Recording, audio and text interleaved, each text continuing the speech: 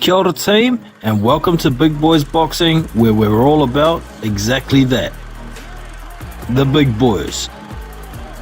With big knockouts. And the big fights.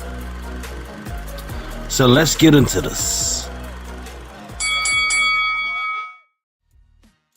What's going on, team? Welcome back to Big Boys Boxing for another live session. Today we're just talking about a few heavyweight fights that have been made, potential fight or two depending on some results.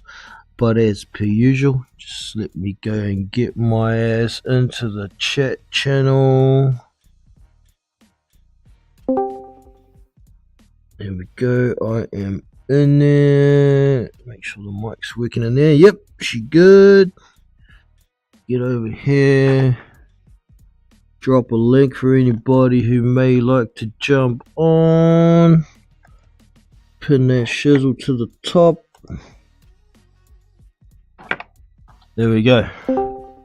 So, here we is for a heavyweight chat, and we got the Techophobe in the house as well. Welcome, bro. Hope you are well. You have no mic at the moment, but that's fine. I'm sure you'll speak up when you get it sorted. Anyways, so we best get to some fights that have been made. This one here. Deontay Wilder and Zhilei Zhang. That's an interesting fight, in my opinion. I think it could go either way. Deontay Wilder moving his feet a lot could be a problem for Zhang in his gas tank. We know he's got a bit of a problem with his gas tank. So, we'll see what happens. I mean, Deontay Wilder skimming around the outside of the ropes trying to get Zhang to gas out. He's going to have to land something to win the fight rather than just try and run away all night like he did against Joseph Parker. But if Zhilei Zhang hits this guy, I think he could be in some real trouble. He's not elusive. He's not defensively sound. He's not technical. So it's highly likely the big bang is going to bang him out. But if he doesn't bang him out within the first 6 rounds, shit, anything could happen. Because I imagine the second half of the fight is going to be extremely low volume. So we'll see what happens there. Looks like Techophobe's trying to get his mic working. It's not working for some reason.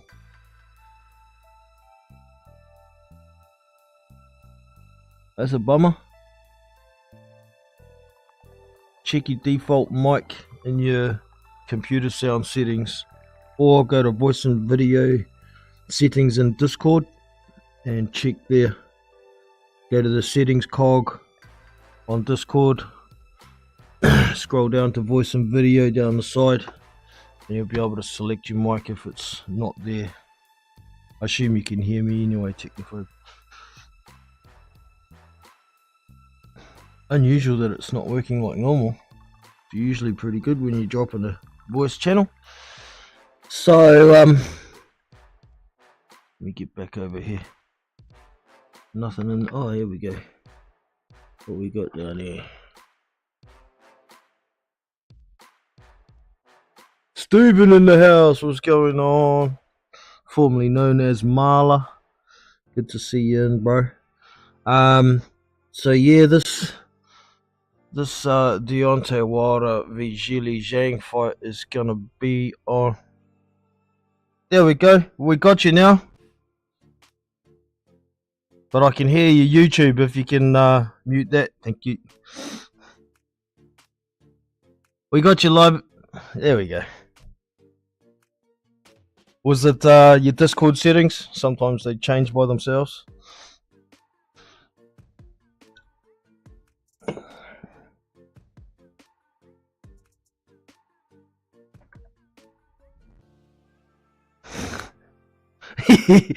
Yeah, we all get that sometimes. Anyway, so I was just talking about this Zhili Zhang fight. Pretty interesting, I think. I think it could go either way, but I think most are expecting Zhang to bang Wilder out of there. But you know, if Wilder's elusive and dancing around for the first 6 rounds, and Zhili can't catch up to him before his gas tank runs out, I think there's a real problem for him. So, what do you reckon on that one?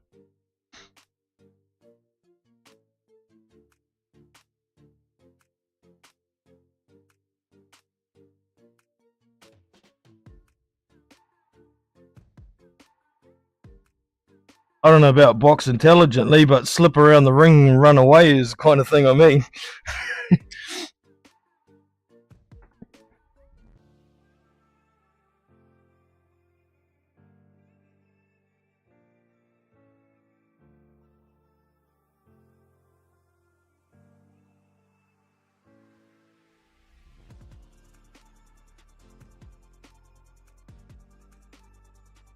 Mm. I've just had another thought too. You know how his last fight against Joseph Parker, Parker's moving his shoulders and his head a lot, and it doesn't really leave much opportunity for him to get his big right hand in there. But Zhili Zhang doesn't move his head like that. He kind of leans back and forward, and that's about it with a high guard. So it's quite possible Zhili might throw a lot more punches, and it's possible Wilder might throw more punches because the target's a lot more stationary as well. So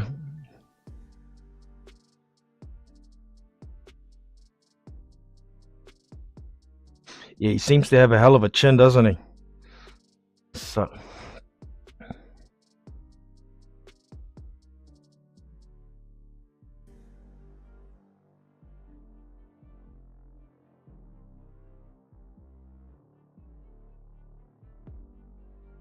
no, that's right. So it's a very interesting one. You're picking Zhang then, are you? Yeah. I'm not 100% sure yet, but I'm probably gonna pick Zhang. Um, whether Wilder's going to run away or not is going to be a big determiner for me. Whether it's going to be stoppage or points though at the same time. So I'm not sure yet on that one, but it's extremely interesting. I think. I mean, Wilder's got a carrot now, hasn't he? As well, if he can manage to beat Zhili Zhang, he's going to get a fight in the States on the Madrimov v. Who was it? Madrimov v Crawford card against Jared Anderson. Turki Al-Sheikh wants him to fight him, and I see that as a possible plan to try and revive heavyweight boxing in the States, having two Americans go against each other. But is the carrot going to be enough to motivate him to throw more punches? I'm not so sure. What do you think of that fight if it does happen, though? Zhili Zhang, Deontay Wilder and Jared Anderson.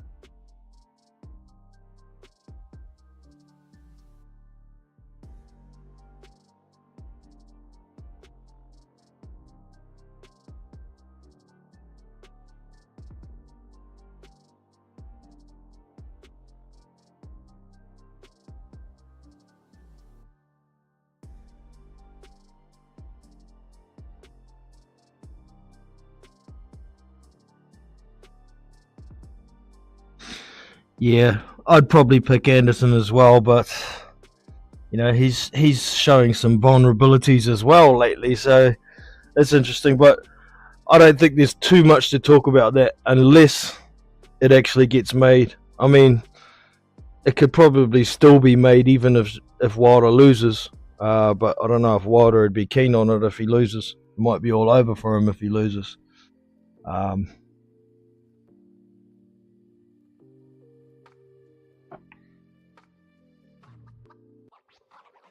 yeah.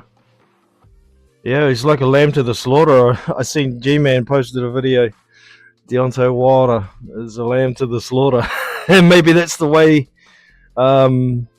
Turki Al-Sheikh's looking at it. I'm not sure. It's surprising that he keeps getting these big paydays, even though he keeps losing.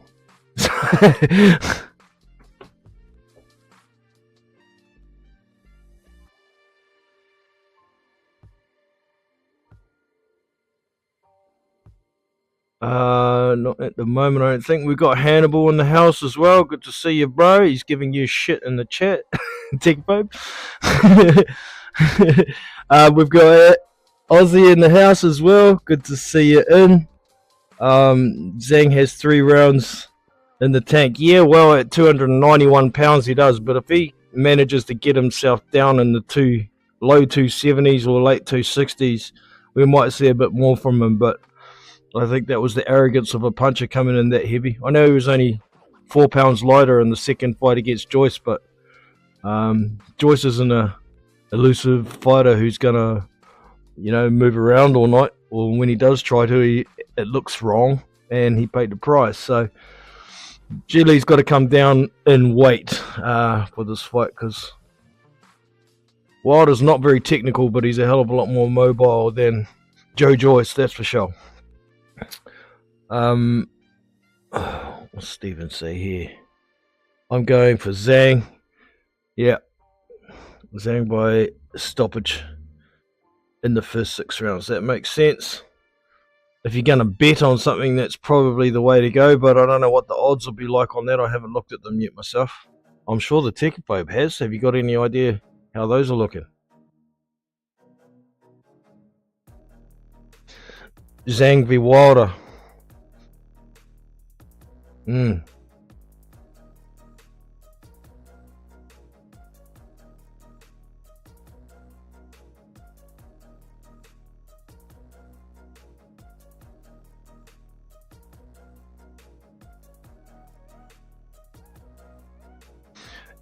So in New Zealand terms, it's about $1.50.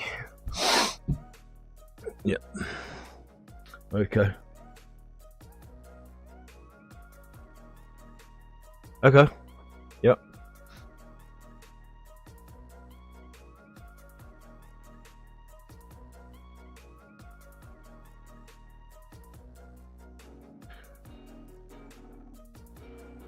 Oh shit, do you think a draw is possible with Wilder and Zhang if they both put their hands away?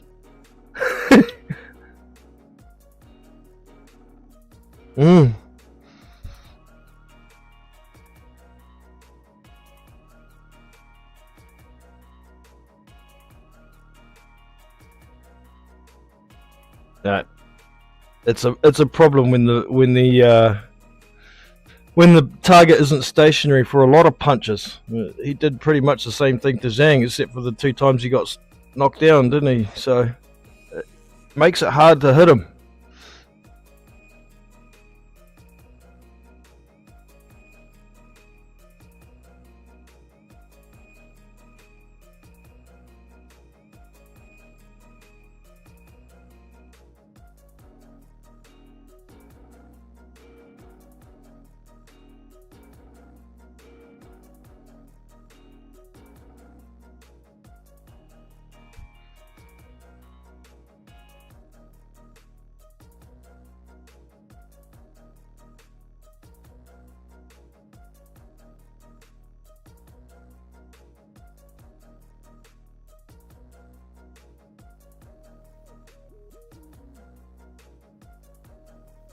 I think he always had ammo in the chamber, but I think, with Parker's movement and much higher boxing IQ, Deontay got put in a position where he didn't really know what to do.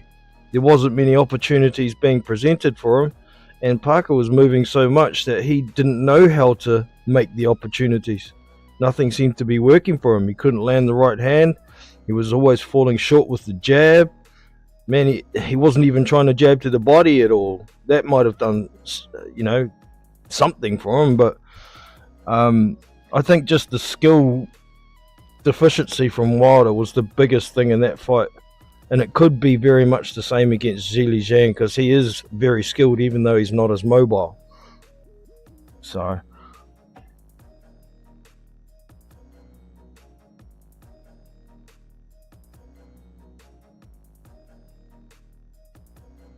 yeah, and they look like real short nothing shots, like they weren't even heavy shots, but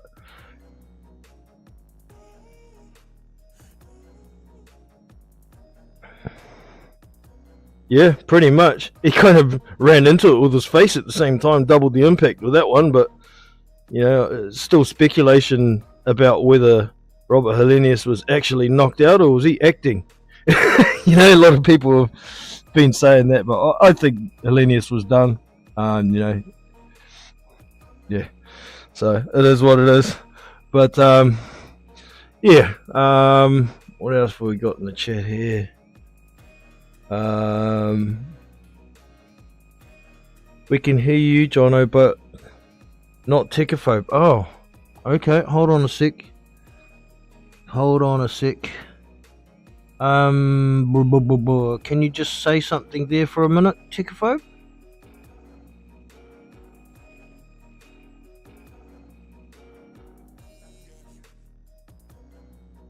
Okay, it's coming up there. He said something about, "Oh, come on, Technophobe, get with the program," or something.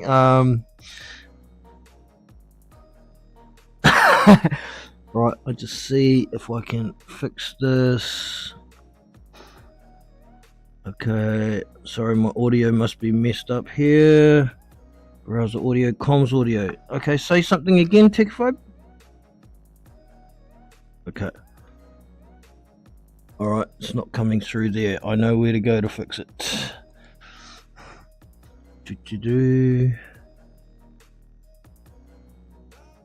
West meter AUX. That should be it.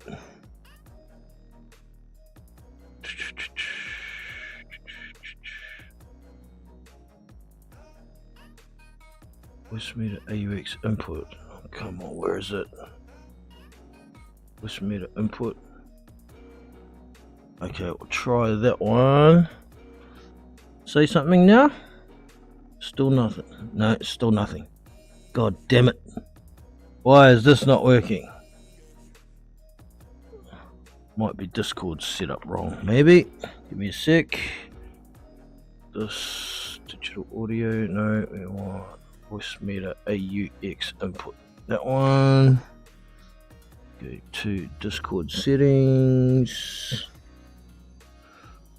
Voice and video. Sorry about this, team. Output. Voice meter AUX. It should be coming through. God damn it. Oh. Hold on. Wait a minute. My streaming software. Oh, for God's sake, Johnny, you muppet. There's a mute on the comms audio.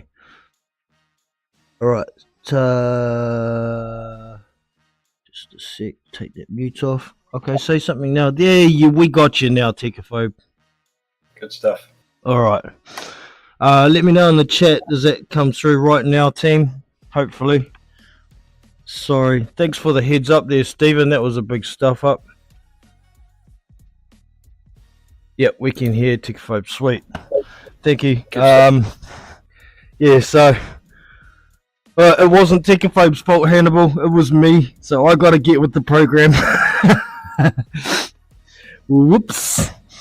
Alright. Okay, we've touched enough on that one. Let's go and find the next fight we want to look at. Oh, where's my pictures? So we have Philippe Hrgovic and Daniel Dubois next. This is a very interesting fight as well for me. Philippe Hrgovic hasn't looked the best in what competitive fights he's had in the last while. We saw the controversial unanimous decision win against Zhili Zhang. I thought he actually won that fight, but only just. A lot of people screaming robbery. If anything, it was close, and I don't think robbery could be used in that instance, but that's just my opinion. He didn't look great against Dempsey McKean, but Dempsey McKean was quite a difficult fighter. He's trouble. He managed to stop him in the last round with a very good right hand. And not even going to mention the Mark Demore fight. For those of you who don't know, it was actually supposed to be Charles Martin for that fight, but he had visa issues. That's why Mark Demore got the fight. It is what it is. And we've got Daniel Dubois, who, what was his last one? Was Miller, Jarrell Miller. Last one was Miller. That was a very good performance, kind of a redemption fight for him after being called a quitter. Getting stopped with a jab against Alexander Usyk. Got stopped with the jab against Joe Joyce, but he's a former WBA regular champion through beating Trevor Bryan. That was a sham to start with, but yeah, he's on a high, and Filip Hrgovic hasn't had a really good competitive fight since the Zhili Zhang fight, really, because he was cleaning up Dempsey McKean. I don't think McKean won 3 or 4. He would have been lucky to win 3 or 4 rounds in that fight. But yeah, you want to give your opinion on it before I give mine, Tikaphobe? So just regarding what you've said, I thought for me it was a draw. Hrgovic Zhang. You couldn't call it a robbery. I'd agree with that. I think McKean is a bit underrated, or you're not rating him perhaps. He's tall and awkward.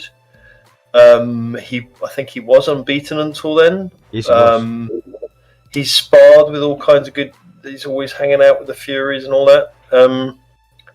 So big unit. I haven't got McKean's record in front of me, but he's got some sort of deep average names on it. 20-1 or something. I'll bring it up anyway. Yeah, I'm trying to think of who those 20 are, though. Hold on. If we can trust the Dempsey record. McKean. So, yeah, he hasn't had a fight since that last loss to Filip Hrgovic. Before that, he had Patrick Corte. He's a journeyman guy. He can punch a bit though. Ariel Esteban Bracamonte before that. Journeyman bona fide, but he's got a hell of a good chin. Jonathan Rice. John Hainsworth. Yeah, Kiki Toalatali too. He's a big puncher, the Kiwi boy, but he's not the best technical guy. He had Dempsey McKean in some real trouble in the last round of that fight, I believe, from memory. Dempsey was almost stopped on his feet, but it was in Aussie and an Aussie referee, so it was what it was. Yeah, that Jonathan Rice fight, that was an interesting fight too. This was before Jonathan Rice had his kind of resurgence and a confidence in himself. He was still the outside boxer there, the same Jonathan Rice that fought Tony Yoka and almost caused an upset there way back. But Jonathan Rice kind of had a resurgence when he fought Michael Polite Coffey the first time. He started believing in himself and stepping into his punches rather than boxing from the outside and running. So I wouldn't actually mind seeing a rematch, Dempsey McKean and Jonathan Rice. That wouldn't be a bad comeback fight, I think, for Dempsey. Who else is on here? I think before Jonathan Rice, there ain't really anything to write home about. I'm just having a quick look through. I'm not even recognising any of these names. Dominic Musil, I know him. Marcelo Nascimento, I know him. Journeymans though. What's that guy's name? Roger Eisenretti. I know who he is, journeyman. So, yeah. I've never really liked Dempsey McKean. If you've watched the channel for any amount of time, I think he's a clumsy, gangly mess. But at the same time, he's very difficult. His footwork is okay. He's a southpaw. He's got a decent jab, but doesn't have a lot of power. He's the guy who can try and box your head off, but with a bit of power, can be a problem. But anyways, so my point was, he's beaten McKean. Is not as small a feat as you say. I think it was a decent win. Oh yes, No, it was a decent win, especially because he was unbeaten. He's currently 22-1 now, with 14 knockouts. This Dempsey McKean. So Stevens commented that Dubois will win on points. yeah, well, I'm not so sure. Philip Hrgovic hasn't looked the best, but Zhili Zhang is a pretty decent operator with a heavy punch. Philip Hrgovic definitely has the better gas tank out of Zhang and Hrgovic. Not so sure about Daniel Dubois. I think they'd probably be about even on that. But when Philip Hrgovic is forced to box, he's actually a lot better as a fighter rather than trying to monster people like Makhmudov, like he does with lower level guys, I think I'm probably going to pick Hrgovic by a second half stoppage in this fight. One of the reasons is Daniel Dubois has not faced anybody who hits like Philip Hrgovic in his career, and we've seen Daniel Dubois go down multiple times against someone with much less power like Kevin Lorena. There is, the fact that he came back and did pretty well in the second half of the Jarrell Miller fight, but Jarrell Miller doesn't hit like that. He's a volume guy who'll try and wear you down and knock you out through exhaustion. That's not Philip Hrgovic. He's going to try and knock your head clean off. I think that's a problem. And even when you saw them at the press conference facing off, looking at them, Hrgovic is a much bigger man. Even though he's only an inch taller, he's a much bigger man. But coming closer to the fight, I'll give an official prediction. But at the moment, I'm sitting on Hrgovic by a stoppage round 9 or 10. What do you reckon, Tickfob? I reckon you should definitely consider all outcomes. So make sure that includes a quit in the corner, DQ, cover, stoppage, DQ. All methods, not just by TKO. Yeah, not the specifics. Yeah, you just take the knockout. Was it knockout, decision, knockout, disqualification, retirement? They're all covered if you just pick the knockout. Okay, good. So I tend to agree with Stephen. I think either Dubois will win on points or Hrgovic will win by stoppage. So if it's possible to hedge those, there might be something. I didn't see much value in it, and I thought it was hard to call. Sorry, that's a very. In terms of the fight, I'd back Hrgovic to win by. Any method. Okay, I'm just bringing up my Bet365 and see if I can find some odds on that. From memory, far closer. The odds were far closer. Sorry, were not as close. The odds were favouring Hrgovic to win very clearly. So I thought you could get good money on Dubois. What date was that on? What do we got here? No, that's Jarrell Miller. We haven't got to that one yet.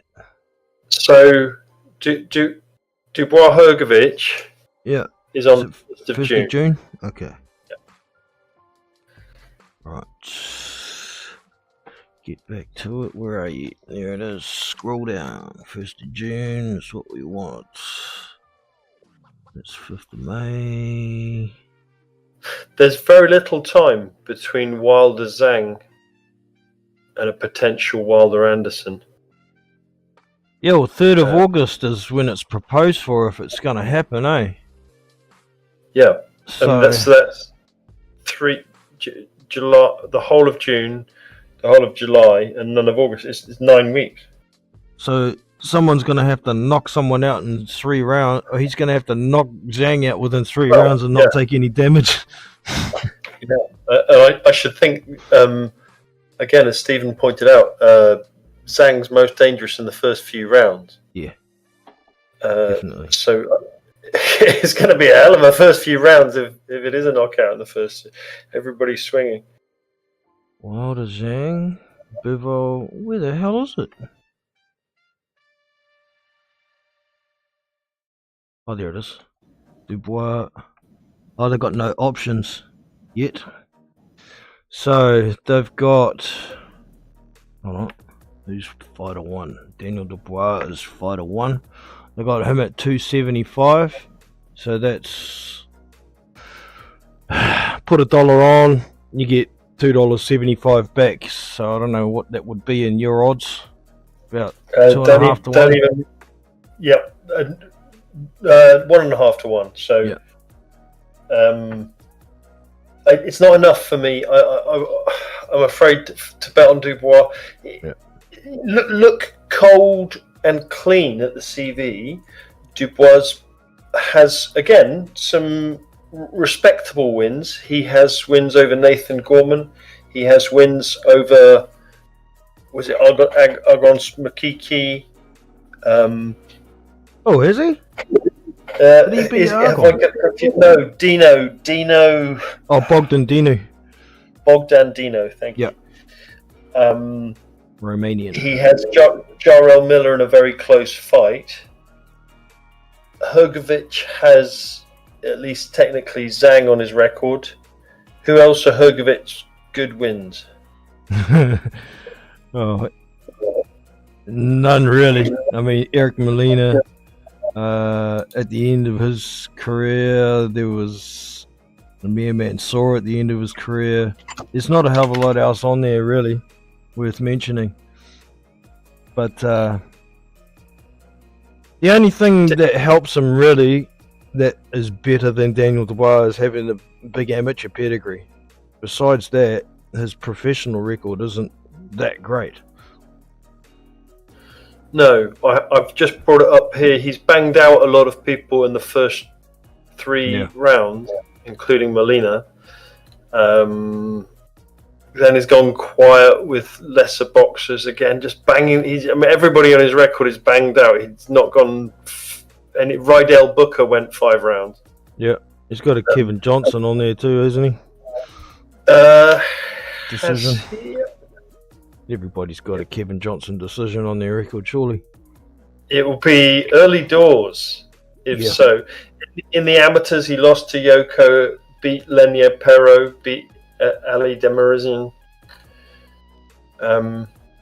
He knocked Perro out. Lenier Perro is a boxer we don't hear much about, but I think he's up and coming. South African, right? Oh, no, Cuban. Cuban, yeah.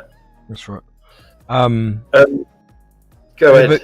Hrgovic's paying $1.44, so $1 on, you don't even get half your money back profit. Yeah, so it didn't lend itself to putting money on. The guy that I feel will win is not got much value. The other guy isn't long enough to take a punt. That's right. Yeah, I'll probably, if I put something on, I'll wait for options to come up for a method of victory. Not the specifics, just a knockout or a decision. Or maybe overs might be a good one on that one too. Overs and unders. But they don't have those options yet, so we'll see what happens. They're both units. I mean, I expect it to be a hell of a fight while it lasts. Yeah. Do you make much of the sparring session that Daniel Dubois apparently had to postpone his fight because of? I had not heard that rumour. Tell us, please, John. Okay, so at the press conference, Filip Hrgovic brought up a sparring session that they had many years ago, and Daniel Dubois had a fight coming up, and after the sparring session, he got apparently beaten up so bad that he had to postpone his fight by a couple of weeks and moved it. Yeah, so that's the story. I don't know how much truth there is. I'm sure there is some truth to it, because Daniel Dubois said afterwards, I'm a different animal to that sparring session that we had a long time ago. So there must be some truth to it, but it's only a psychological thing. If it was 4 or 5 years ago. Both fighters have changed a lot since then, so we'll see what happens. Alright, so moving on to our next one. What do we got here? I didn't name the picture, so it's Lucky Dip.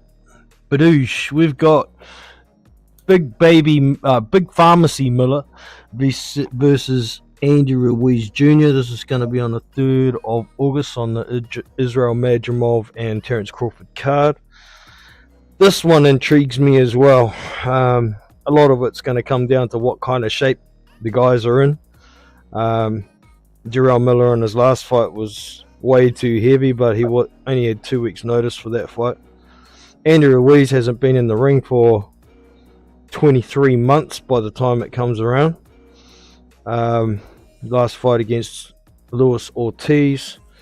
So we'll have to see what Andy Ruiz comes to the ring. He's had a bit of trouble outside of the ring with a messy divorce and custody battles and shit for kids. So how much he's been concentrating on training is a question at this point. Jarrell Miller's got some notice for this fight, so there won't be any excuses for him coming in over 300 pounds. I think if he's under 300 pounds, he's got a shot at possibly wearing Andy down if Andy's not in the best of shape. So, but this will be a good fight to watch because Andy won't have to go looking for Jarrell Miller. We know he's going to come forward and take 5 to throw 3. But unfortunately for Miller, Andy's got very fast hands, so he might have to eat 10 to land 2. But then again, how long's Andy going to last with that pressure constantly, having to throw punches all the time to keep the fat pharmacy off him? This one could go either way too. What do you reckon, Tech Folk? I guess I think in my mind back to Chris Arreola versus Andy Ruiz. And Chris Arreola, although he fought a bit differently, he's basically a volume puncher, which is what Jarrell Miller is. So it's the sort of guy that has done well against... I think Jarrell Miller is better than Chris Arreola. Indeed. They've got similar styles. So I could see Jarrell Miller having quite a lot of success against a rusty Andy Ruiz, who has had lack of training issues in the past. But Miller's not in great condition either. So yeah, I think it's whoever gets in and does the work in the gym. If I'm honest, I think it's very close. And I would point out that Jarrell Miller has long odds. I was able to get 8 to 1. 8 to 1. $8. Oh, if I scroll down on my site here, see if they've got it up here. 16th of June, way down.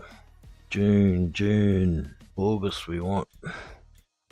Where's July? Oh no, they ain't got nothing for August yet, unfortunately.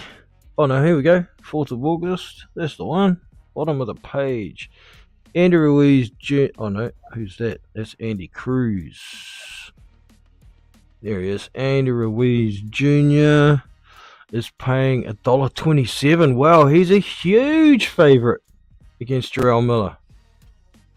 $3.70 for the win. So more than almost 3 to 1. $4 would be 3 to 1 according to your guys, because the 3 is the profit, not including your stake. I got $8. I've got $8 at the bookmakers. William, am I allowed to shout out the bookmaker? Who? Yeah, go for it. William Hill Bookmakers. Okay. 8 to 1 just for the win. Yep, I can photocopy the evidence if you want. Wow, that's more than double what I got here. That's so, awesome. I like an investment like that. A very small stake can get a very big reward, and it's got a realistic it could happen, you know. It does have a realistic chance for sure. If Andy comes in 270 plus, he's planning on coming in around 260, but weight isn't what he looks at. He trains, and whatever his weight is what his weight is, how it should be for a heavyweight. But if he comes in over 270, he's got a real chance of gassing out and Miller stopping him. So that's a good bet. You don't have, like you say, you don't have to put much on it to make a fair bit.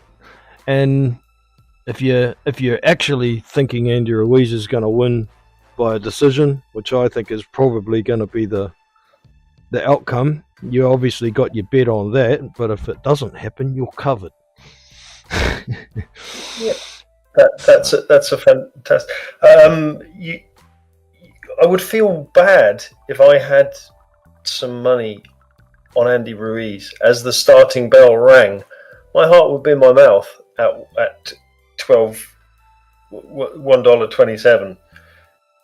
No, I had £10 on, thinking I might get £2.70 if he wins. Yeah. I would feel bad about it even if I won. Well, see, the way I do it with odds that low is I'd have that in a accumulator or something else in it that's actually paying, and that just to boost the odds a little bit. But yeah, it's risky. Too much risk on a low reward, I felt, on that side of the play, as Dwyer said. Well, yeah, I think the bookies have got it wrong. I think, not saying they've got the favourite wrong, but they've got the odds wrong, having it that wide a favourite in favour of Ruiz when he hasn't been in the ring for nearly 2 years. I think that's crazy from the bookies, having it that wide. But very interesting fight. It's a fight that should have happened years and years ago. It actually nearly did back in 2016 when Andy Ruiz fought Josh Gormley, I think his name is. It was in Detroit, and after the fight, Jarrell Miller was at the event, and he jumped in the ring, and they caused a big kerfuffle. You can find it on YouTube if you just search Andy Ruiz v Josh Gormley. It's at the end there, and it comes up. So they apparently got into negotiations, but it didn't make enough money for either of them at the time. They were both unbeaten at the time. Jarrell Miller had that draw on his record. He's had that since very early in his career, but it never happened. So finally we're going to get this happening.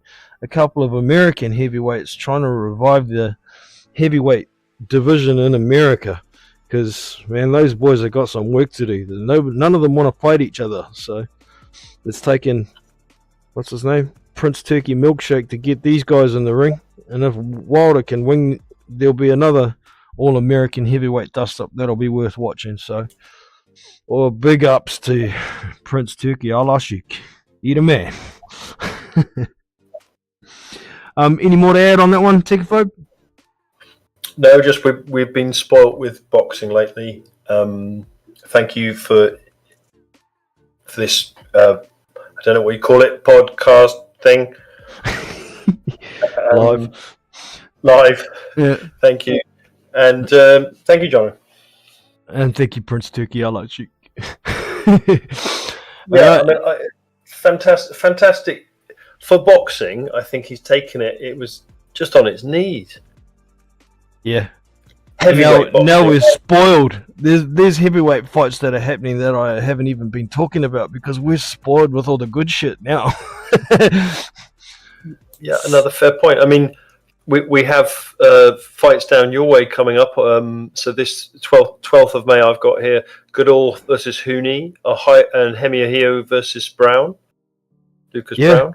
Couple of local decent dust-ups. We'll be getting to those ones. Hopefully we're going to be able to watch them. A lot of these Australian broadcasts, if they're on Fox or No Limit, they don't broadcast them outside of Australia, full stop. It's stupid. So ridiculous. Are you going to do a stream?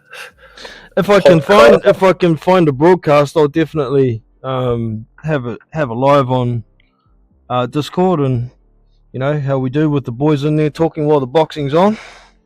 Okay. If any of y'all listening haven't gotten involved before, when there's boxing on, get over to the Big Boys Boxing Discord server and check out what's live there, because a lot of the time Tekaphobe and Hannibal and Steven, a lot of us are in there watching boxing together, commenting as the fights are going. I just don't record it. It's personal for our enjoyment. So get involved. The link is in the description. Go check it out. There's lots of other stuff over there on the Big Boys Boxing Discord server as well. Lots of chat and news, and I stream a lot of Super Rugby Pacific on the weekends when there's not much boxing on. Watch a bit of those as well, and sneaky make a little bit of money through the bookies off them as well. But it is what it is. Our next fight here, we have Cassius Chaney versus Michael Hunter, has been made.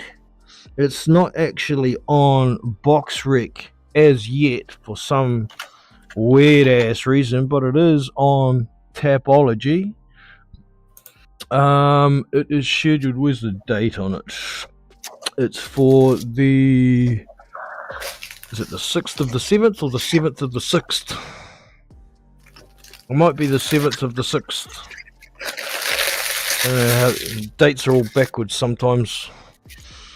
It says 2024 06 07, so I don't know which month and which day that is. See, in New Zealand, if it was the 6th of 7th of July, we would go 07.062024. Backwards ass shit. Anyway, it's a Don King show. It's an interesting one. Actually, I might bring this up. I posted a picture on my community tab yesterday, and I posted it on Discord as well, about Michael Hunter's record. It's bullshit. He's got 4 losses, man. There it is on the screen for you. This is the Tapology. Right, so it's good on Tapology. These fights that get made and then get cancelled, they have them up here as a cancelled fight, so you can see. But Michael Hunter's last fight, he lost to Artem Soslenko, and that is not on BoxRec for some reason. I don't understand why. It was a unanimous decision loss. It says it's the IBA Champions Night was what it was. It doesn't have a venue here, but it was on the 14th of March. January, February, March. No, 14th of April. He lost that fight. The fight before that he had was Ignacio Esparza. He won that one. The one before that was Greg Hardy. He's the that MMA guy, isn't he? Who beat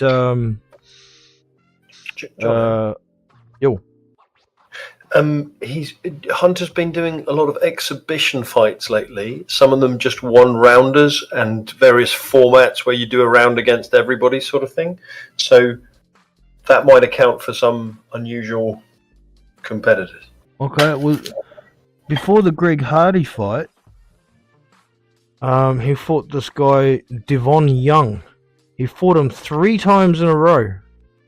He won the first one by unanimous decision, but the next 2 he lost. It does say exhibition boxing. There you go.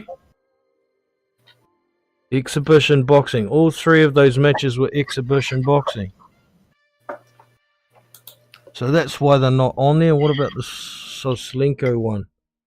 No, it just says boxing. So that one should be on his record by the looks of it. The Soslenko one. Artem Soslenko. Who is the Polish champion, as I understand, or a Polish champion. Correct. So yeah, his record on Tapology is 21-2 with 2 draws. On BoxRec, I think it's 21-1. So they're missing that Soslenko fight on there. Obviously, the other loss is way back in his career when he fought Alexander Usyk at cruiserweight. Where's that? There it is. That was way back in 2017, April of 2017. So it is what it is. But this Cassius Chaney fight, I think, could be quite interesting too. Cassius Chaney is coming off a pretty decent win. Who did he beat? I thought he might have lost to him. Oh no, it was Trevor Bryan. Yeah, I thought he might have lost to Trevor Bryan, but he beat Trevor Bryan. Hospitalized him. Yeah, and put him in hospital. He knocked him out in 7 rounds. The fight before that was Adrian Taylor. He fought. Oh, that's exhibition boxing again, and that's a loss. Okay, Adrian Taylor. Interesting. You have to use Tapology more often. Gives you a better idea of what's actually happened, so you can make a better decision if you're putting money on something. There's another loss here. Norman Neely. Exhibition match. Wow. So this is the one that's an actual loss. George Arias, the little guy, little 6-foot heavyweight that shouldn't really be a heavyweight, who and Jared Anderson beat the shit out of. He lost to him because he was difficult. He's quick. He moves a lot. Cassius Chaney isn't the fastest guy, but he's got a pretty long reach, and it seems he's using his jab a lot better. He looked pretty good against Trevor Bryan when I saw him. For Cassius Chaney. So if Michael Hunter's not on his game, it's quite possible Cassius Chaney can beat him. Michael Hunter's 6'2", and Cassius Chaney is 6'6", so there's a pretty big size difference there. Michael Hunter can be difficult, but shit, I haven't seen him fight since he had that draw. Or was it the draw against Jerry Forrest, or the Povetkin fight? Might have been the last one, actually. I think Forrest is more recent from memory. George Arias. Oh no, I saw the Shondell Winters fight, actually. That was the last one I saw. Yeah, I don't remember it. What else we got? Jones. Yeah, okay. It is what it is. I might be looking at Cassius Chaney by decision on that one, maybe. But it could be the other way around as well. I have to try and do some research about a week before the fight and see if I can see what kind of shape Michael Hunter looks. Yeah, interesting fight. What do you reckon on that one? You got any thoughts, Tekaphobe?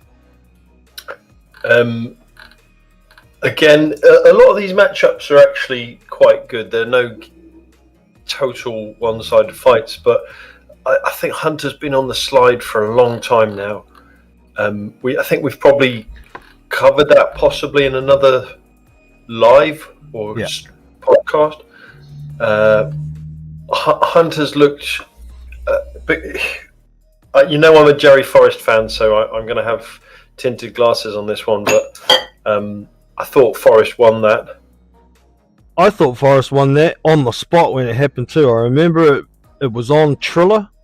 I think it might have even been on the Mike Tyson, Roy Jones undercard or something like that. But yeah, I thought he lost that fight. I thought he got a gift, and I kind of haven't really liked Michael Hunter since. Not because of his fighting style, just he hasn't been busy enough. He doesn't seem to have the drive to push to get fights made. It wasn't fair. Hughie Fury pulled out on him twice. Was what it was there, but he's had problems with his management. I know that's happened, but looking at his record, Alexander Povetkin, 12th of the 7th. I'm assuming that's the 7th of December, 2019. He fought Alexander Povetkin and got a draw. He started well, but finished poorly in that fight. Yeah, gassed. And then he had two nobodies. Then Jerry Forrest, and I feel he lost. Huey Fury cancelled twice. Whole series of exhibitions and interspersed with nobodies. Jerry Forrest beat him in an exhibition round. Then a couple of losses in exhibitions and this fight in Poland. So just since 2019, we're 2024 now. So it's quite a while. He hasn't done anything positive. I think he looked so strong at one point. When he drew with Povetkin, for me that put him in the top 10 in the world. If he wasn't already, by beating Bakoli and Kuzmin. Yeah. And then he sort of just plummeted. Yeah. I had such high hopes for him. So, sorry, going back to your question, what do I think of that fight? It depends which Cheney comes. Cheney, he's always waiting for his big shot, and sometimes he needs to throw his hands more. I think Trevor Bryan, he knew he could afford to take a risk. If Michael Hunter's in any type of shape, he's going to be a lot faster than Cheney, isn't he? That could be a problem for the big man. Yeah, again, it's which one turns up. We haven't seen Hunter in the ring for so long, and Cheney has got two personalities. I don't know which Cheney. He looked very good. I thought it was who is it he beat that looked very good against Cheney? Arias. No, Winters. Shaundell Winters. Yeah.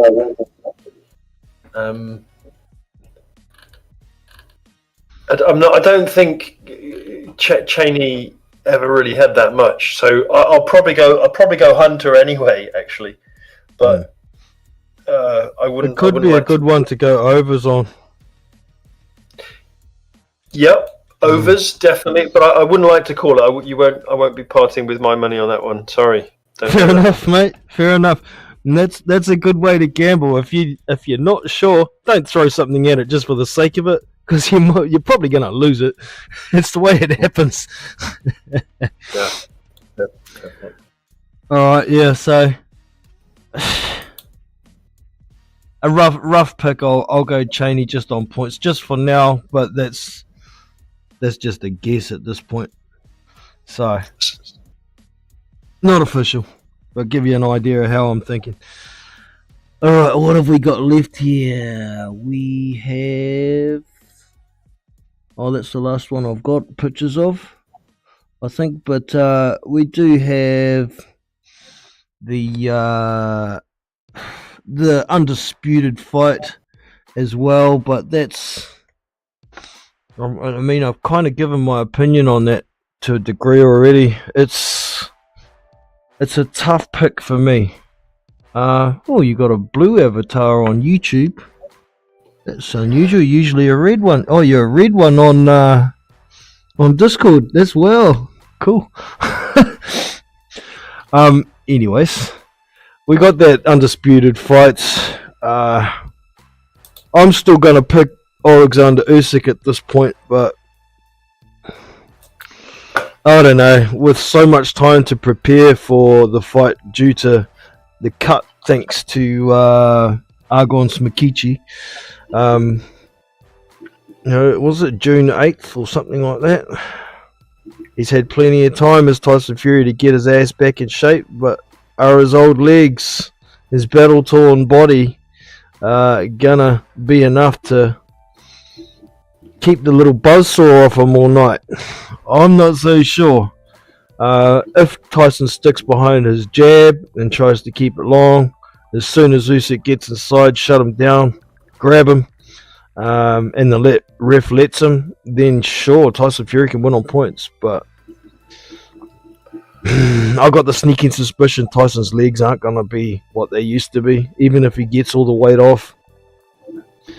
Ballooning up in weight, not training properly between fights. I think it's all going to catch up. And I think Usyk's probably going to stop him late.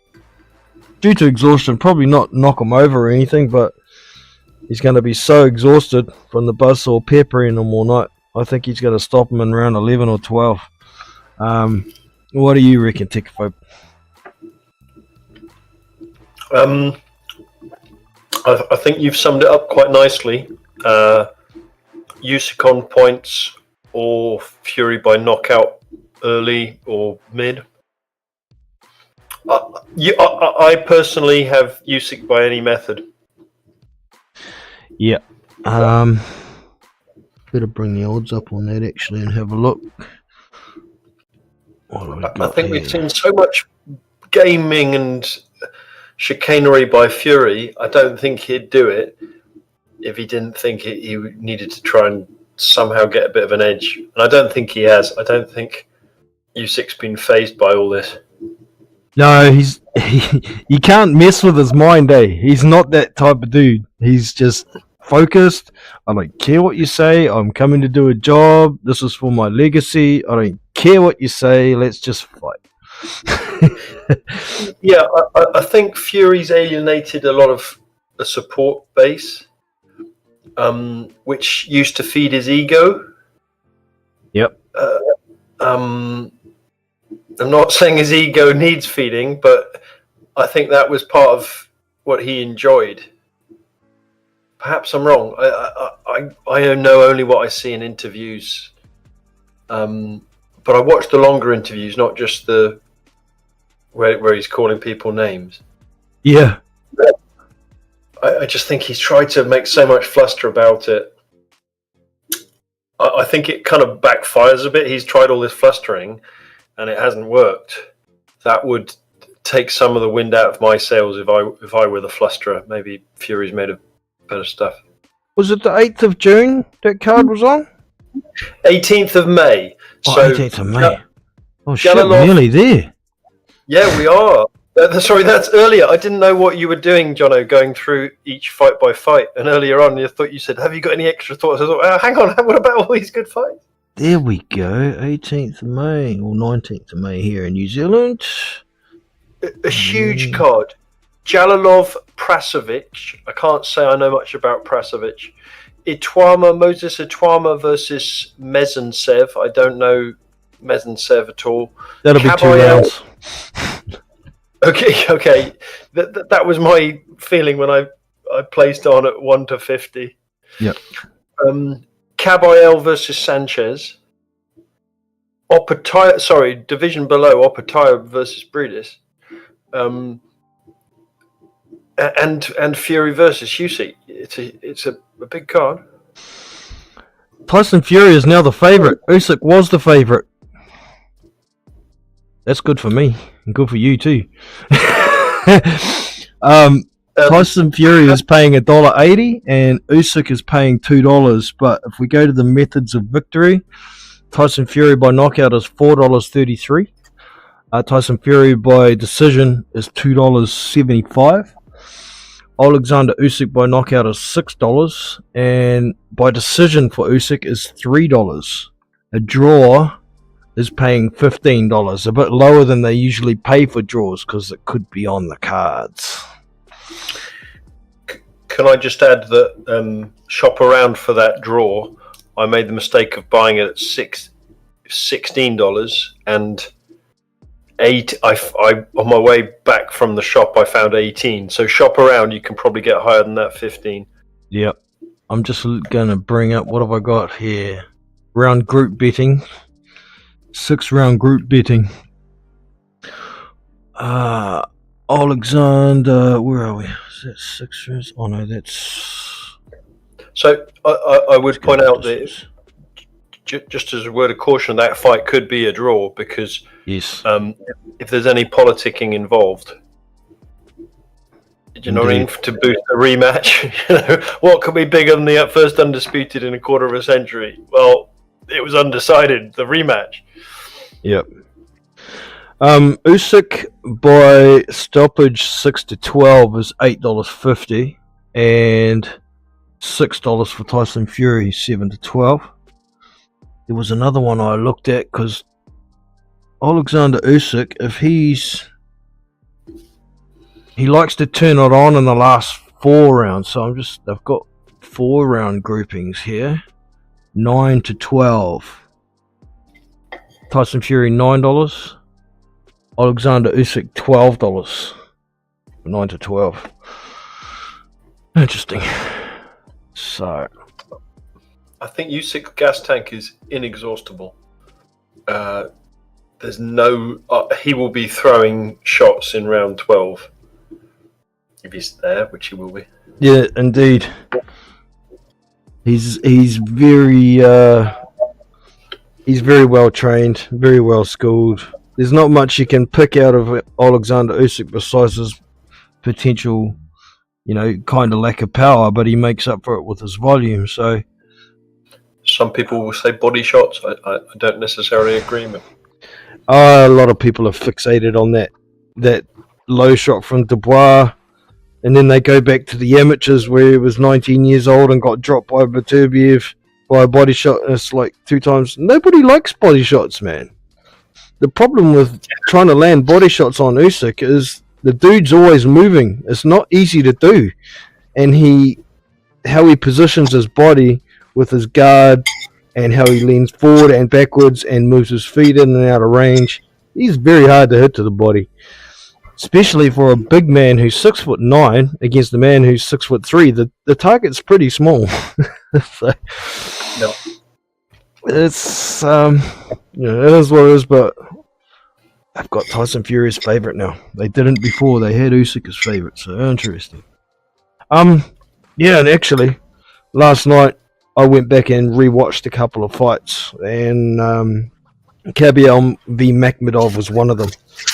Thinking about the Kabiel v Sanchez fight, that's another real interesting one too. I love that fight.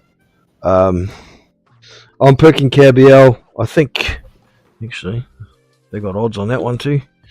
I think Sanchez is probably quite a wide favourite.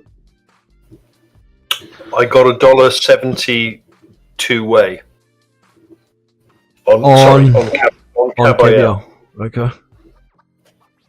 That's also on that undisputed card, isn't it? Yep, it's all on the same card in Saudi Kingdom Arena. Yep. So 4 heavyweight fights and other fights at other weights. Mark Chamberlain, Moses Atelma. Oh, we'll have a quick look. Moses Atelma is paying $1.02 for the win. Yep. And I took it. At $1. Oh wow. Okay, Ajit Kabiel is the underdog at $2.50, and Sanchez is the favorite at $1.53. Wow, gotta get on that shit. Yeah. May I ask, are you allowed to name the bookmaker? Yeah, it's Bet365. Okay. They don't have any options yet. Bookmaker for giving me $1.70, $2.50. $2.50 just for the win for Kabiel. Okay. That's wicked. Maybe 2.5. it's Well, 1.5 times your money profit. That's, yeah, gotta get on that shit. Gotta get on that shit. I mean, it's certainly possible. Sanchez could land a very good counter shot and maybe hurt Kabiel. I don't think he can stop Kabiel with one shot. I think this dude's actually got a really good chin, Ajit Kabiel. I've seen him take some big shots from Chisora, and we know he can punch. Makhmudov didn't really hit him too hard. There was a couple of times where they exchanged hooks at the same time, and you'd think Makhmudov would have much more power just looking at how their careers have gone, but in those exchanges where they both land the same time, the same punch, it seemed Kabiel was coming out the better of it. So keep an eye on this dude. Keep an eye on him. I've said it for years. I want to see him and Joseph Parker fight. That's a good fight, man. Similar styles, but yeah, we'll see what happens. Kabiel's certainly got to get something decent if he beats Makhmudov. who was unbeaten and highly ranked, and then beats Frank Sanchez, he's got to get a real good fight.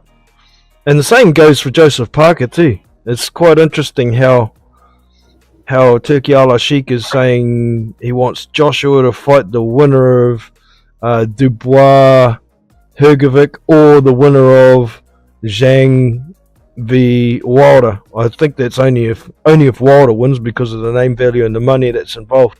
But these are the two guys that Joseph Parker beat. Nobody's talking about getting Joseph Parker a big fight. All these big punches and that getting more opportunities when they lose. What about the guys who win? Yep, you could say that about Dubois as well. He lost to Joe Joyce. Yeah. And I know Joyce has lost to Zhang, but Joyce beat Parker. So, that sometimes winning is not the best way. When was the last time Wilder won something? Hellenius, that was it. But before that, I don't know. Dirty Hellenius. Ped Hellenius. Yeah. Well, before that, it was Ortiz, wasn't it? And he had been popped as well. Ortiz, had he really? Yeah, well, before they fought the second time, he got caught with that heart medication in his system, and he didn't he didn't declare it. So he got in trouble. But then the WBC said, "Oh no, he just forgot," and then they remade the fight. But that's not the first time he's been caught either. He fought Latif Coyote way back, beat him, but then popped with steroids and it got turned to a no contest. You'll see it on his record. Okay. And this is interesting. You know, after Alexander Povetkin popped dirty for, was it Osterine or something like that, and Wilder jumped on the plane, escaped the fight before the WBC cancelled it. He's saying he'd never fight a drug cheat, full stop, blah, blah, blah. And then he turns around not too long after and fights Luis Ortiz, who had been popped and then got popped again before the second one. Then he fights Tyson Fury, he got popped for nandrolone. Was Povetkin not exonerated for that one? He was, because there was testing protocols weren't met in the Nevada testing site, so that one got dropped. Melandrin? Oh, Meldonium was the first one, and then the second one, I don't know if it was Osterine or it was something starting with A. The second one got dropped completely, and the first one was only, what do they call it? Very, very minute amounts of meldonium, traces, yeah. And it was also proven that, you know, there was prior tests to that one that were clean, and then there was just one test that had very minute traces, and then tests after that were clean.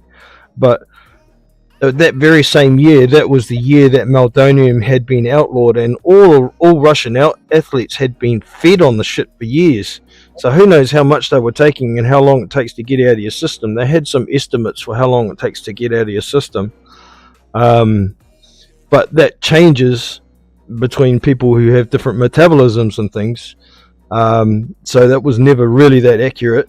But also, the theory that people were saying Povetkin was microdosing so it couldn't be picked up in tests, there's not much point in doing that, because microdosing doesn't give you any advantage in training. So, you know, it was a big round and round, you know, drug cheat, because he's Russian, drug cheat. I'm sure he was cheating with the meldonium while it was still legal, but, you know, that's what it was. Done and dusted. He got cleared of the second one. He's finished now anyway. He's retired after getting stopped by Dillian White. Did he retire after that? I don't think he's fighting anymore. Yep. Yeah. No, he has retired, yeah. Yep. He wasn't himself for that fight. He was in. He looked very unsteady on his way in. Indeed. To the ring. All right. Okay. Have we got anything scheduled for this weekend? I don't think there's any heavyweights coming up this weekend, is there? Let me look at the schedule. I've got none listed, Jono. But while you're looking at that, is it worth mentioning to anybody who's not aware of it the Makhmudov Far situation? Oh yeah. You wanna hit that while I look this up? Okay. Go for it. So on the 25th of May, Arslanbek Makhmudov was due to fight Junior Far in Canada, Shawinigan, Canada, which I believe is where Arslanbek Makhmudov fights out of Canada. Yep. Junior Far has quit boxing. He has gone to he doesn't want any violence, and he has become a vegan. Makhmudov is expected to get a new opponent for the same date, but I don't think we have one, have we, Jono? Not that I know of, not yet. But yeah, he's definitely retired now as Junior Far. He says all he sees now in the sport is violence. So, I don't know. I kind of expected it, to be fair. Junior Far only got into professional boxing because he saw what Joseph Parker was doing. You know, he's seen him on TV. He said, I beat that guy in the amateurs. He's making heaps of money. I can go and make heaps of money. So it was never for the passion of the sport. Even he started boxing because he was a bit of a soft guy at school. He's sure he was the biggest guy at school. But he used to get bullied because he's a soft-spoken, shy kind of guy. So his father took him to a boxing gym to harden him up and teach him how to look after himself a little bit better. And it worked, but it was never for the passion of the sport. So I can understand, and I knew it was coming at a point after he'd taken a couple of losses. That last knockout to Sanchez really made up his mind by the looks of it. So best of luck to Junior Far with whatever he has going forward in his life. I know he has an autistic child like me, so I know how hard things can be with being away from your family when you have a special needs child, and those kind of children really do need extra attention. So now he has the time to do it. He's made enough money to give his family a really good life. So best of luck to him. But who's Makhmudov going to get? Jonathan Rice, late replacement, rematch. I'd like that. I'd like that, but I'd also like to see him fight the Dempsey McKean we were talking about. Well, that's a pretty decent fight, but from a matchmaker point of view, that's a real bad fight for Makhmudov, I think. I think Dempsey will box his ears off. Okay, so when you're criticising Dempsey McKean and saying Hrgovic hasn't had a good result against him, bear in mind you're saying McKean could beat Makhmudov. Makhmudov has, until his last fight against Kabayel, he was really highly rated. He has a win over Carlos Takam, although I thought that was a bit of a fix. Yep. So he's got a lot of one-round wins over lesser opponents. Yep. Did he fight Chisora? Who else has Makhmudov fought?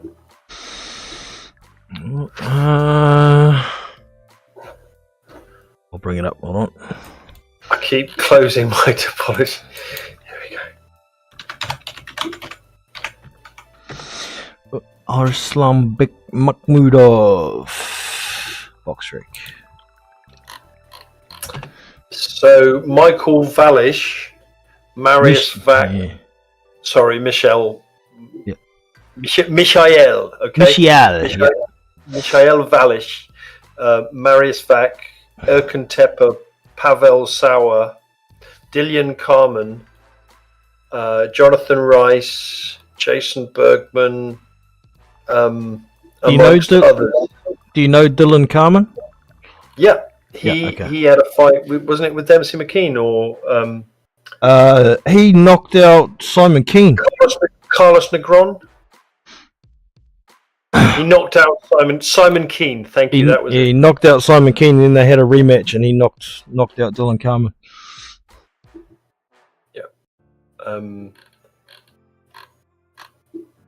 He's also lost to Samuel Peter. Old ass Samuel Peter.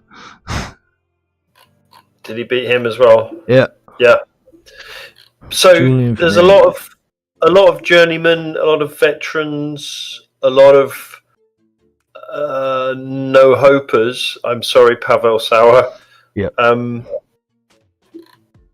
So a lot of people who maybe were good in their pomp, but I mean, I think Takan's still quite good value, but past his best. All of these guys, we've talked about Valish. He could be quite good if he wanted to, probably, but he's got no heart. That's his problem. That Carlos Takan fight is the only fight that went the distance of Makhmudov's. And like Tekpo was saying, it was he got favour with the judges in a home fight. But if you've watched Makhmudov throughout his pro career and his amateur career, he's very cumbersome and raw and hasn't changed much. But he's probably okay against boxers. I mean, he had some real trouble against Jonathan Rice as well before he knocked him out. And once again, that was the old style Jonathan Rice as well. That one, not the puncher Jonathan Rice. It was more the boxer. But somebody who's a boxer puncher who can actually box is always going to be a problem for Arslanbek Makhmudov. Same sort of thing with Deontay Wilder. Somebody who can really box and move is always going to be a problem for him. There's certain types of fighter with their styles that are always going to be like that. So even like Joseph Parker, somebody who comes forward with heavy hands all night and doesn't stop, like Joe Joyce, is always going to be a problem for him. Those style clashes are just really hard to overcome. So that's why I'd pick DMC McKean. Even though I don't like DMC McKean much, he's awkward, he can move, he puts out a lot of volume, and that could be a real problem for Arslanbek Makhmudov. So I think they'd be not wanting to make that fight if they can help it. Have you got Turkey's number? I wish. I wish. Man, there'd be a whole lot of fights I'd be suggesting. None of this cruiserweights versus... what do you say? You wanted David Benavidez to fight Terence Crawford at 168. So, Terence Crawford's a goddamn welterweight moving up to super welterweight, and you want to fight him at super middle? Okay. Hell to the no. What was the other one? He wants Jio Pataya, cruiserweight, to fight the winner of Beterbiev Bivol at light heavyweight, but they'll have to move up to cruiserweight. So that's actually not a bad idea, because I think Beterbiev could handle it up at light heavy, up at cruiserweight. I'm not so sure about Bivol, because he's really only a super middleweight, but he fights at 175. That's what it is. Anyway, all this is probably going over Ticker Pope's head because he's a weight snob. I am, but I was just going to try and bring it back and reunite the community here. Do we think Turkey actually knows his boxing? I mean, he's certainly arranging good fights, but what you're saying suggests they're a little bit more like Tyson, Jake Paul, aren't they? Yeah, I get what he's saying. He sees good boxing. He likes watching boxing, and he knows a fair bit about it. But some of the matchups are a little bit far out there. But he's trying to use the name value in each division to make massive events. You know, I can see what he's trying to do there. But I think some of the suggestions are a bit silly. Some of them. Like the Crawford versus Benavidez one, that's just crazy. David Benavidez is like 6'3", and Terence Crawford's what, 5'9", 5'10". It's crazy. It's like me fighting Joseph Parker, and I'm only little. Crazy. You know what Mike Tyson said? It's not the size of. This is why I can't understand Hannibal, who's probably been shouting into his bucket. Nice dig. When every time we promote Usyk, he said that's a good thing because that will improve the odds on Fury. Yeah. So listeners, this is on behalf of Hannibal. Everybody go out, please. And I'm not recommending you do this, but if you could put your whole stack on Usyk, that would improve Hannibal's odds. It would be a favour to him. Indeed. Now that his man's the favourite, hopefully he already had his bet on before the odds changed. He likes to go last minute. Yeah. I say get in early. You know what you know. Don't follow the odds, unless the bookies have found something out that we don't know. But that sort of shit, we usually hear about it before it actually happens. So that's what it is. Anyways, I think that's about our lot covered. Is there any others you can think of that you'd like to speak about before we wrap it up, Tekaphobe? You've done a fantastic job. The only one that we haven't mentioned up until these are I don't know if are we boycotting talking about Paul Tyson? No, you can talk about it if you want. I won't have much of an opinion on it though.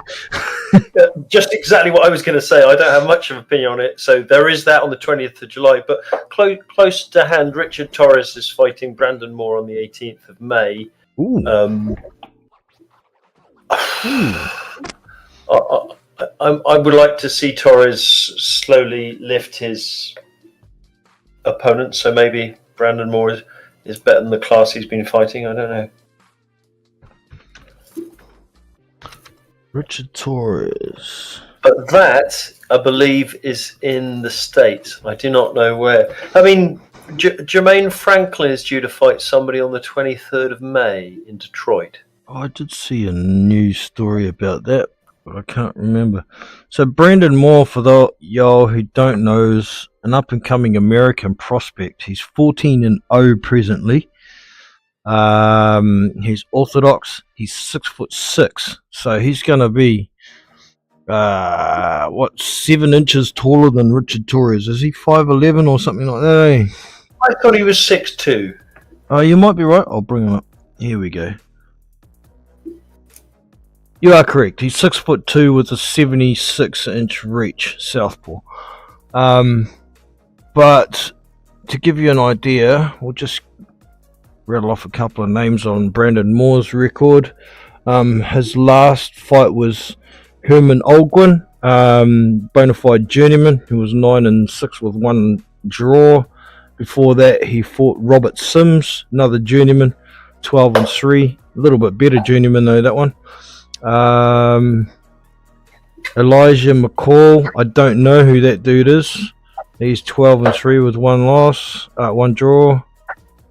Curtis Harper, that's the one we know. We know Curtis Harper, the famous walk out of the ring from FA Ajagba fight as soon as the bell rings, that guy. But also the guy who, he had an upset a little while ago against a guy he wasn't supposed to beat. He's somewhat decent, Curtis Harper. When he thinks he can win, he'll go. But he was 13-7 at the time.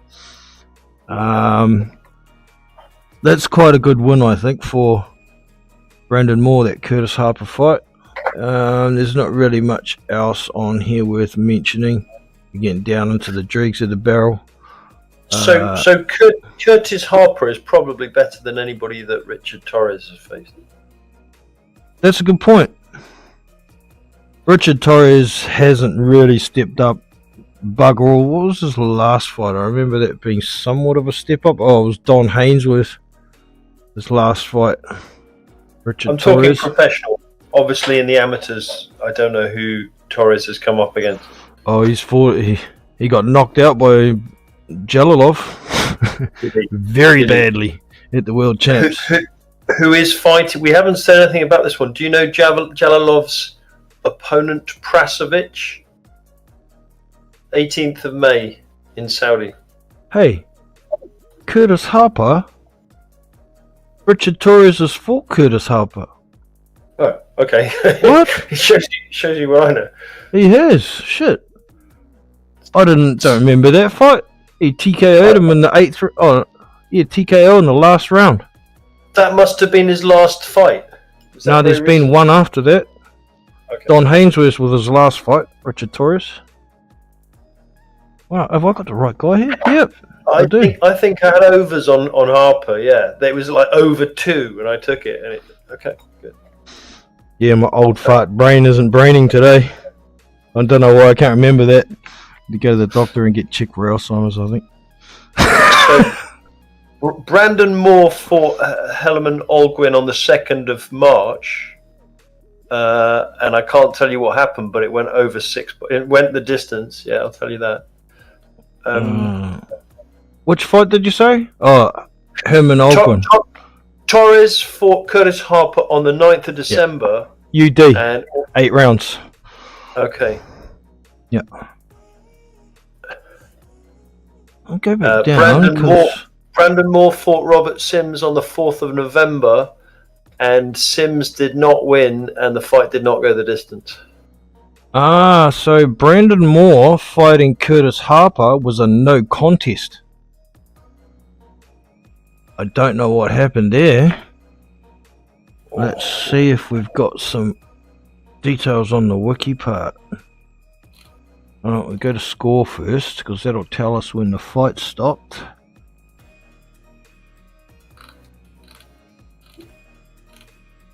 Well, holy shit. It says it went the distance. 80 to 72, 79 to 72, 80 to 71, 80 to 71. So Moore boxed his ears off, and then it got made a no contest for some reason. What the that's weird. Someone must have got popped dirty or something afterwards.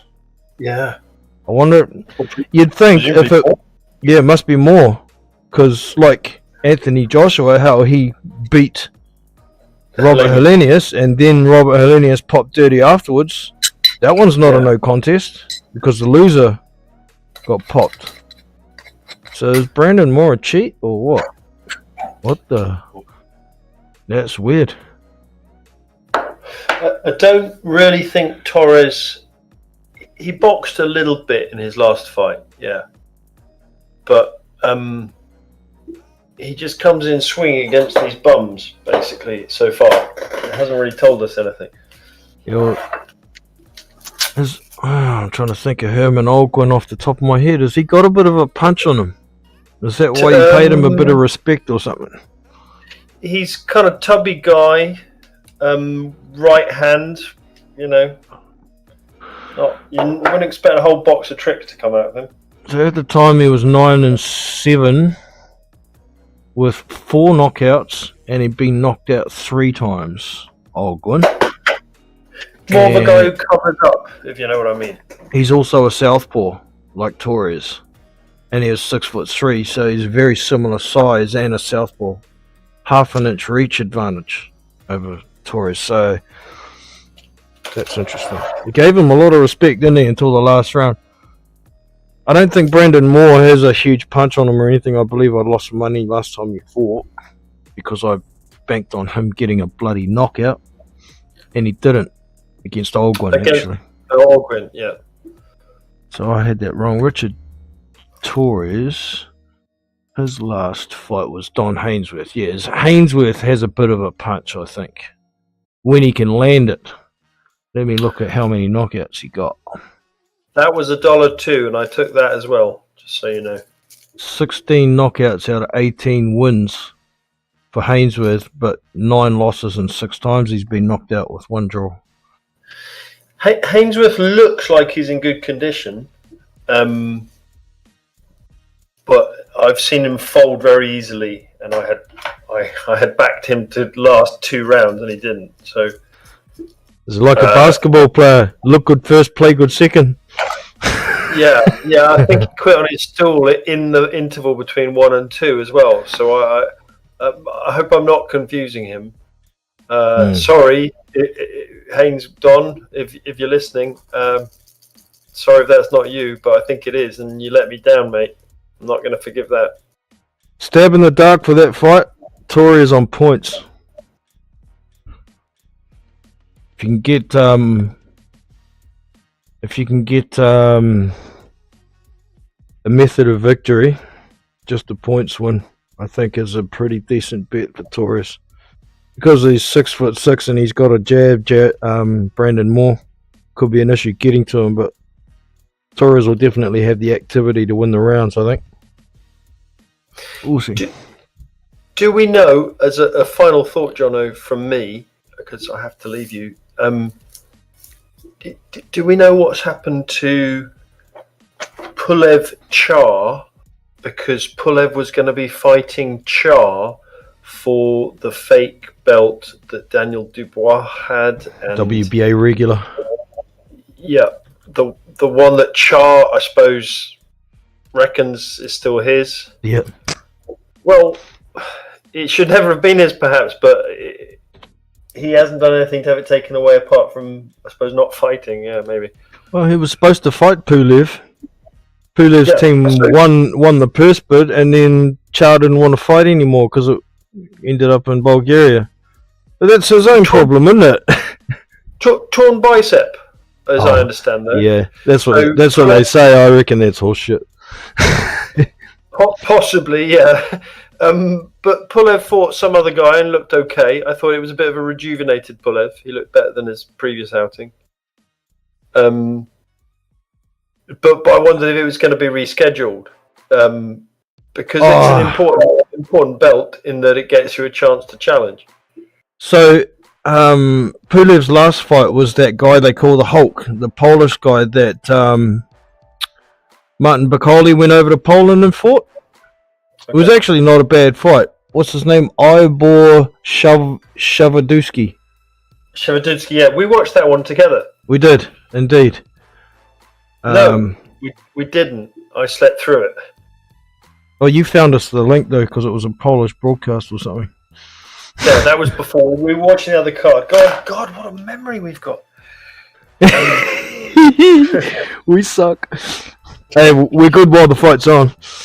You can't forget that. Shevchensky, yeah, he looked okay. I thought Pulev looked... I'd pretty much written him off when he couldn't finish Chisora in the final round, when he was teeing off on Chisora, but he couldn't stop him.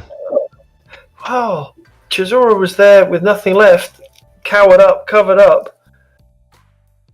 Pulev, throw out some big... Pulev is the guy with a jab that could knock people out. Yeah.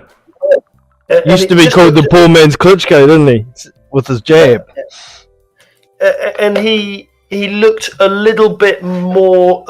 A slight return to the Pulev of old in that fight. He looked a little bit more... Like, some of the decline had been reversed. Yeah. So what we've been talking, I've been looking on both BoxRec and Tapology to see if I can find this Pulev fight. It's not even on Tapology.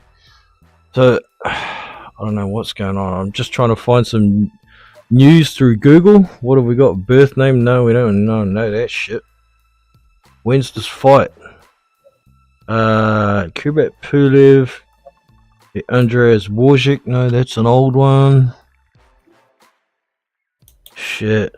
Bulgarian boxer Kubrat Pulev to fight Mahmoud Char. Oh, there's the story about that one. WBA regular title. No, that's the old one. There's nothing here. I don't know. Oh, this might have a date on it, actually, if I open that one. Because it's going to be on the same date where it was supposed to be Char, isn't it? Just looking at Pulev's record... Yeah, no. So I think instead of Char, he fought Shevchensky. But what I'm asking is he going to get that opportunity again? If you look at his, I think Pulev unfortunately is a man in decline. But if you look at his record since losing to Joshua, he looked tough. He was a hard man, but he didn't bring too much else against Joshua. He wasn't himself. He's beaten Frank Mir in a sort of one-off triad combat. He's beaten Jerry Forrest quite convincingly, I thought, as a Jerry Forrest fan. He lost to Chisora, although for my money he won that one. He probably lost the first time he fought Chisora. Split decision loss there, and then he's beaten Shevchensky and some guy I've not heard of from Andrei Varsovich. So in theory he's got quite a good recent record. Yeah. Indeed. For my money, Chisora and for me personally, Chisora and Forrest. He's been, somewhat active. Only one fight in 2023, but 4 fights in 22. 1 fight this year. I had him down to beat Char quite convincingly, quite handily. So, yeah, I think he'll stop Char even. I mean, Char hasn't been in the ring against a decent opponent for quite some time. Let me see. He's been in against some good opponents. Just he's been got blasted out. There's lots of Chars. Manuel, what's his nickname? Mahmoud. There it is, Mahmoud Char Boxrec. So he's 34-4, 20 KOs, 3 KO losses. Last fight was Neri Safiri, Sefa Safiri's brother. Nick Milsick, I don't know who the hell that is. Christopher Lovejoy. That's probably his best win. Charles' best win. Christopher Lovejoy. And heavyweight boy. Anyway. Yeah, that's it. Diamond Boy. And Nuri Safari. So the Safaris are I mean, I think they had their time, but now they're professional journeymen. There was one fight recently I was watching. One of the Safaris, Sefa, I think, was supposed to fight. He got injured, and Nuri stepped in. It's like, all right, my brother's going to step in. Nuri's a big, strong, fat unit. Who's this Ustinov? Yeah. It's not Alexander. It is, but it's 2017, mate. Oh, it's spelled Alekks. That's weird. Oh, is it a different one? Aleksander. Oh, maybe it's just Endr. I think they've typoed that. Yeah. I see here Marius Brutus. Was that at the weight below? Or? Yeah, that was at cruiserweight. That was in the WBSS cruiserweight tournament that Usyk won, undisputed in. I thought Chard lost to Povetkin as well. He has. I'm sure he has. So maybe it's further back than my screen will show me. Yeah, I'm gonna find it. Where is it? There it is. Alexander Povetkin was in 2014. Okay. And he lost via KO in the 7th of 12. It was brutal, if I remember. Char weighed 247.5 pounds and Povetkin 224.5. There was a heavyweight fight before that. He fought Kevin Johnson before that. 240. Shit, he's had a few heavyweight fights as well. Denis Baktov was at heavyweight. I thought Baktov was a bloody cruiserweight. I think Chard should be a heavyweight. I think he must have been quite heavy for a lightweight. I don't know what his actual weight is these days. I can't find it. He also fought Jakob Seglam, who Joseph Parker knocked out in a couple of rounds, and Seglam retired after 2 rounds. Konstantin Anchich, I know that name too. He beat him. 245 Char was against Lovejoy. Yeah, I'll find his most recent weight. It was 242.5 against Neri Safiri. Looks well done. It looks he looks reasonable at that sort of weight. I don't think he's not fat. Oh no, he's not fat, but these most of these guys are a few levels below. But Kubrat Pulev is he's a world level operator, even at his age. He's still got to be inside the top 30 at least. I don't think there's any way you could have Char inside the top 30. Be lucky to get inside the top 50 with his inactivity, but wins over decent opposition too. He's lacking compared to Pulev, in my opinion. So that's what it is. But still, we don't have a date for that fight, unfortunately, that I know of, unless I just Google when is Kubrat Pulev v Makmood.